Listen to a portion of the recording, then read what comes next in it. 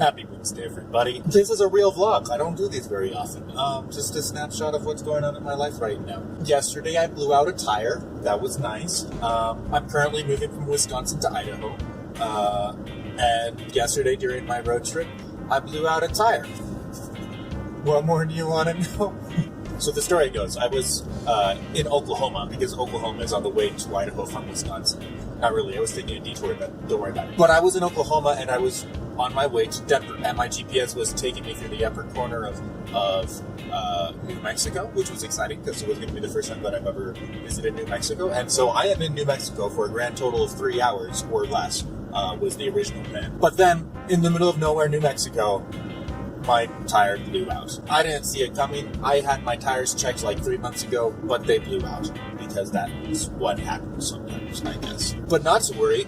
About a year ago, someone taught me how to change a tire, and I know I have a spare tire in the back. So, my car is full of stuff, and so I have to like half unpack my car in order to get out the spare tire. But that's okay, because at least I'm not dead, right? So I get out my spare tire, I get out my jack, and then see, here's the problem. When I was taught a year ago how to change my tire, I didn't see where he put the jack on the car. And I don't want to, bend the underbelly of my car or the frame or anything. I don't want the car to slip on top of the jack and crush my face. I like the idea of being alive. So I'm finagling with my car, trying to figure it out. And then some highway person that works on the highway, pulls up behind me, and he sees me. His name's Ptony. He helps me. He helps me change my tire, and I feel super good about myself. It's all going to be okay. He tells me that there's a town about 40 miles down the road called Ptony. Drive nice and slow on your spare tire, because spare tires are supposed to,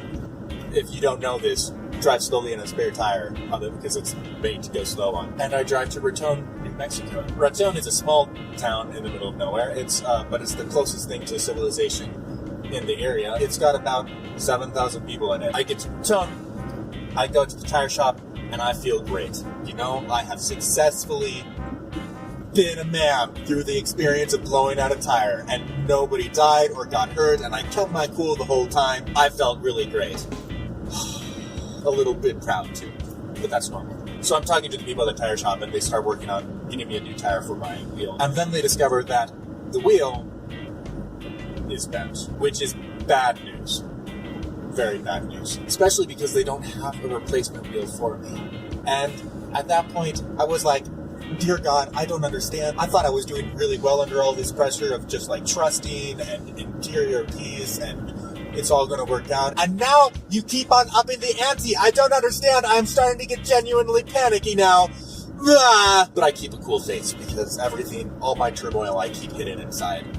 I'm sure it's healthy. So he calls around a little bit and is trying to find a wheel for me so that I can not be stranded. Finds nothing, which is of course what I would expect in the circumstances. But he's trying to help me out, and so, and I don't know anything about cars, so maybe I got swindled here. You can tell me in the comments. But he gives me two options. Option one, we can get you a new wheel in tomorrow around 11 in the morning. Or we can put on a slightly larger wheel that will get you just fine into Idaho. It's not ideal for your car, but your car won't die because of it, won't get hurt because of it. And then once you get to Idaho, then you can put on a right-size wheel. So we do the math, and I still wonder, maybe I should have done the math more closely, but I didn't do that. I decided to take the bigger wheel and get on my merry way to Denver, where I was staying for the night, because I was done making decisions. And, well, he did the math and said that it would be it would be a question of $40. And since I would lose those $40 to a hotel room anyways, why would I do that? So I get the new wheel,